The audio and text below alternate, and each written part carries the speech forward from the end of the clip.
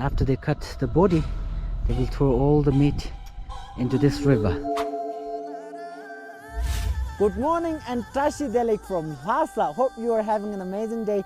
It's YaJiang and today we are driving from Lhasa to Yamdrok Lake and then to the most loneliness monastery in whole over Tibet, which is high elevation. It's sacred lake in Tibet, and so we are going to walk around the monastery. We are going to tour the lake, and then we will be going to a village that's right near or surrounding the lake. We are going to meet up with a host who is going to cook us and prepare for us the local traditional Tibetan food of Yamdrok Lake. I'm very excited to show you about it, to teach you about our culture, and to see just the magnificence of the lake and of Tibet, and we are on our way. Before we start everything, in case if you missed our last video, it's about the rural life here in Tibet, Himalaya, with all those beautiful family. Oh, I really love this documentary and hope you don't miss it.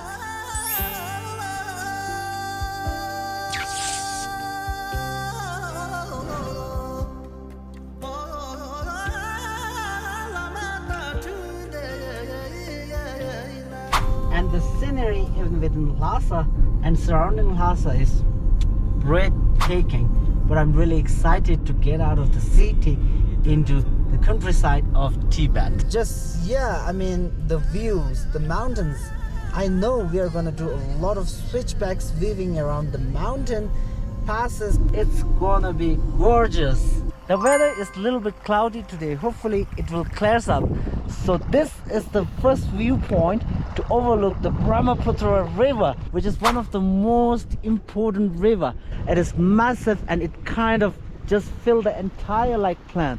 Just like multiple channels of the river. Look how huge it is. And when you are traveling in Tibet, on the rocks you can see tons of painted letter or staircase, and that's a permanent religious symbol of good luck or going higher. And now I'm going to show you a really interesting place where they are doing the water burial.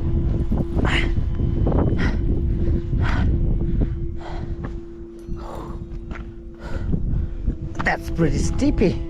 So this is where they do the water burial, one of the 5 different burials in Tibet.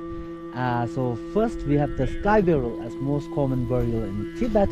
We have a water burial which they do here, and they usually hold the body into really tiny pieces and wrap it in the cloth with a stone, and then they will throw it in the Brahmaputra River. And there we can see all the knives and axe to do the cutting.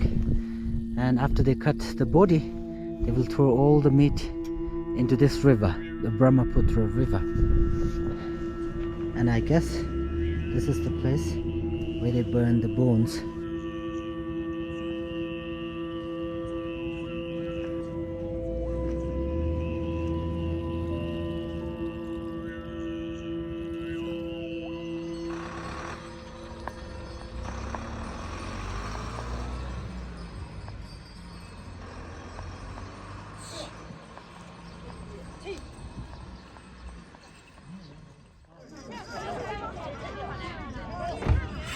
And now we are wending our way up to the mountain pass that's at 4,998 meters, but stopping here for a view of the valley. Man, it's stunningly gorgeous, the mountains surrounding here. And here they have this platform that you can walk out, but a lot of locals come here with their mastiff, Tibetan mastiff. They are beautiful dogs as well as huge, but they do things like put sunglasses on the Tibetan mastiff.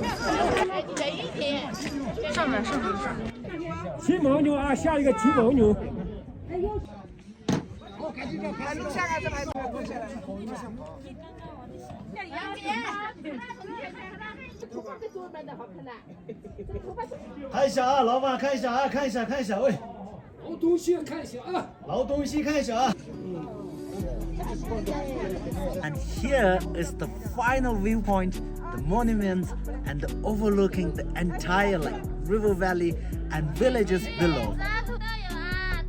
And additionally, it's kind of pit stop too. There's some street food stall setup. You can get drinks, you can have a cup of tea, you can get noodles, and they are also doing some fried potatoes or French fries, Tibetan French fries.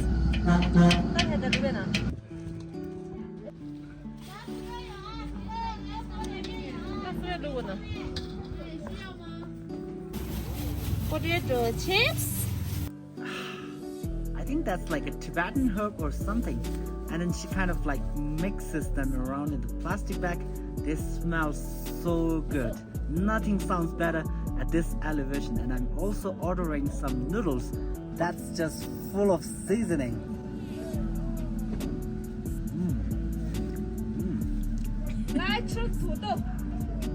It is hot and fresh out of the oil. Oh, that's tasty.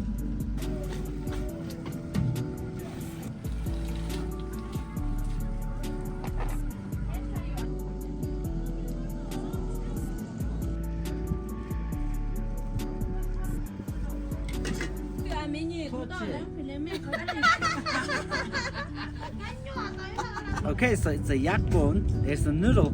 She adds some chili, and that broth looked amazing with yak bones and citron paper in there.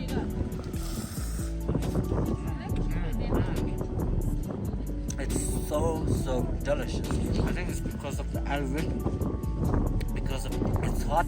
I think that's the reason why it tastes so good.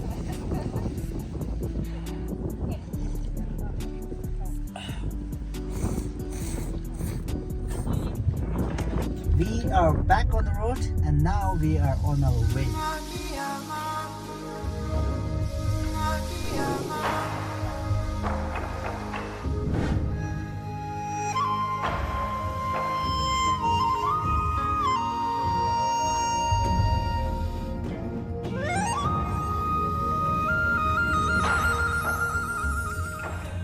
Right, we just arrived at the mountain pass.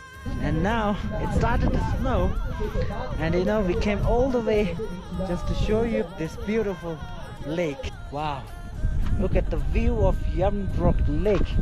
It is unbelievable, stunning. The color of the lake, it's otherworldly, and you can really feel like that you are on the rooftop of the world. And here we are on the top of the world. A Tibetan biker. Look at his bike, and you see he have a really nice cool jacket, Garuda Tibet. Beautiful.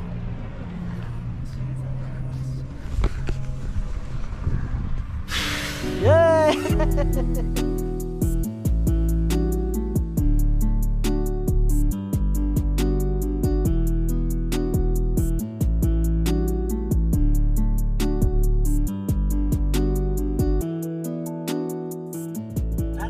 Really cold. But now we are driving down to the bottom of the lake, and then we will be getting another view of the lake. And its color, the lake is just stunning. It's breathtaking. The color, the peacefulness of the water, and just calmness, the glassiness and the crystal clarity of the water. And do you know, it is one of 4 of the most sacred of the most holy lake in Tibet, and there is something so magical, so peaceful, so calming about it. It is unbelievable, spectacular, so amazing. And look at my beautiful yak, and he's eating my finger. He is called Sintu, and he is called Jingang, which means King Kong. I can feel the warmth coming out of their fur. Oh my gosh. This is King of Tibet. So beautiful. Goodbye, my friend.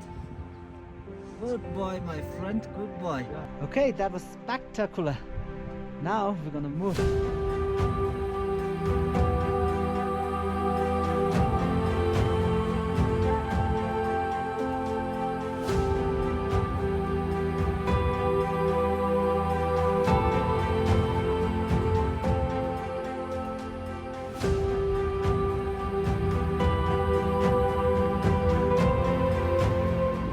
That was just a 5-minute drive from where we were before. What a beautiful family. And I'm also really hungry, and I'm also so excited to show you how the Tibetan people here are cooking their traditional food. Look at all those beautiful yak dung. So whenever you enter a Tibetan family, what you notice immediately is all the dried yak dung, which is often the fuel in this area because there's not much wood.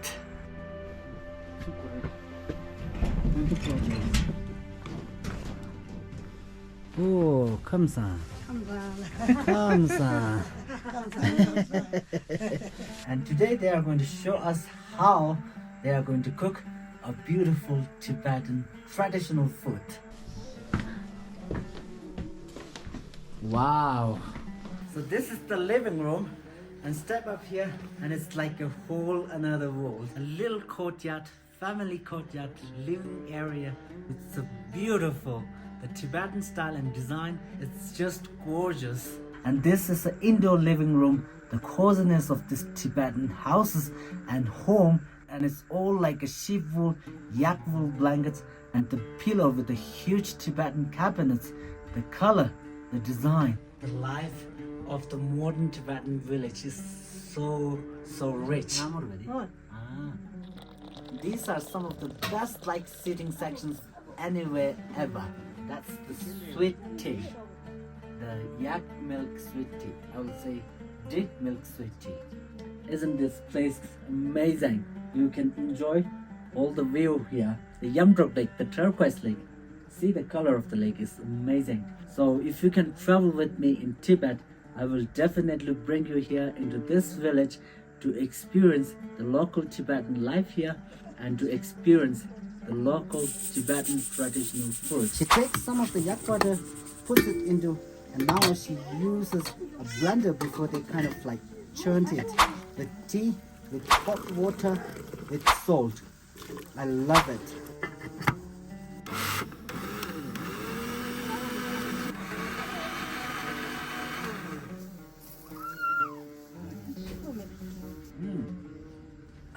So this is the real Tibetan butter tea. This is the poetry. This is the good stuff. And the dishes today are loco momo, Tibetan momo, yak radish soup, and tsamtuk. Tsamtuk, which is a barley soup. And you know, in Tibet, we can grow two most common vegetables, which are radish and potatoes. Because of convenient transportation nowadays, we can get every kind of vegetables. So this is the main stove where they usually cook everything on this stove.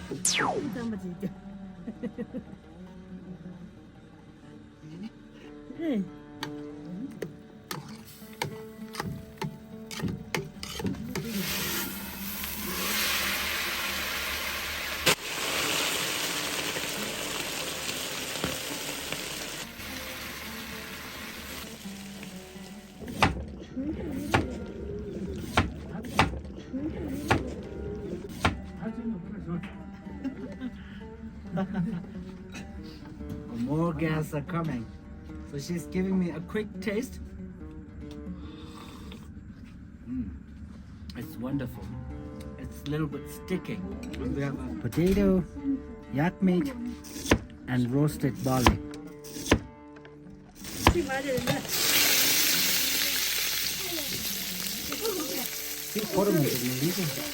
She fried it in the oil and then steamed it for a while, and then she just added lots and lots of black tea, and that's how it looks like at the end.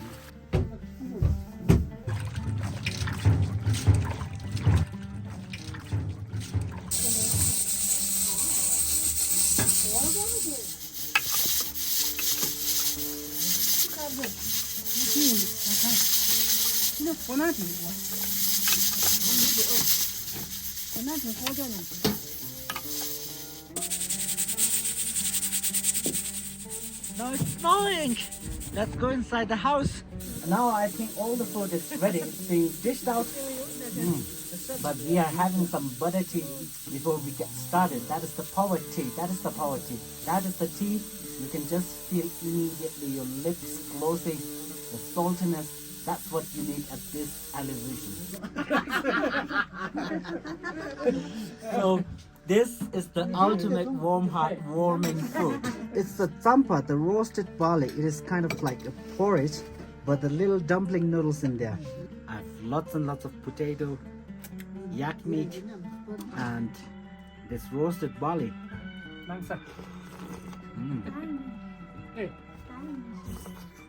So that's what you want to be eating at 4,700 meters. There's some serious yak fat in this porridge, but you need it. The carbohydrates, that's what you need to survive on here. Okay, next I will try some of this bread. When you pick it up, it's heavy, but it's like spongy on the top and then really crispy hard on the bottom because of the way she seared it and steamed it at the same time. That bread is stunning and it's crispy. And now it's time to move on to the soup with the radish and lamb. And I really like radish. When it's cooled down, it's kind of like melt in your mouth.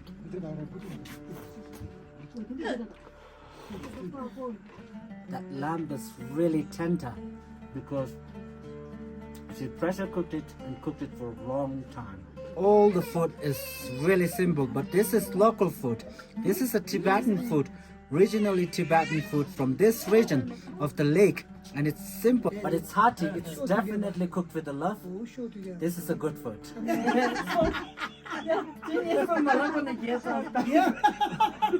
I just have a small present for them. Thank you so much for their hospitality. I really enjoyed it. I love this place with breathtaking scenery, breathtaking culture and people and a local meal. That was really a good food. I really love it. And please remember to follow my website so that I can bring you with me to experience this real rural life here in Tibet.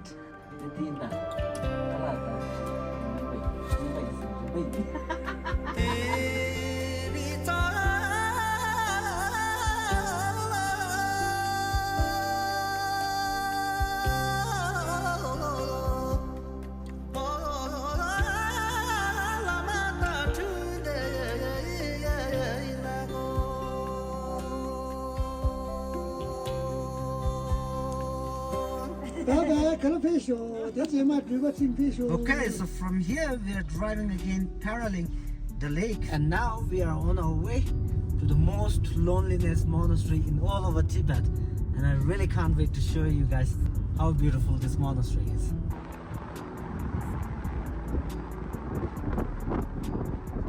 It's so peaceful here. Today I would like to share you a very good news with you guys that foreigners can come to Tibet for tourism.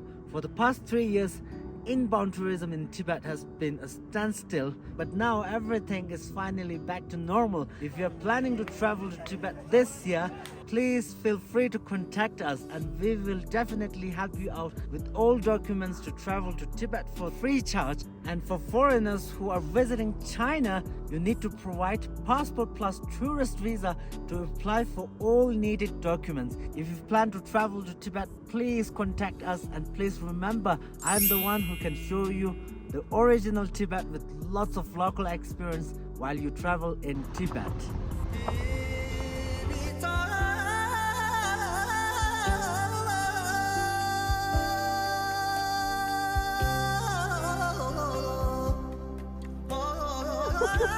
After driving 3 hours, we finally are here at the most loneliness monastery, and from here we have to do a little trekking to the monastery. Look at this amazing most loneliness monastery in all over the world, and people say this monastery is with one monk, one island, one lake and one monastery. So this is why they are calling it the most loneliness monastery, and I'm so excited to show you this most loneliness monastery in whole of the world. And the altitude here is 4,550 meters.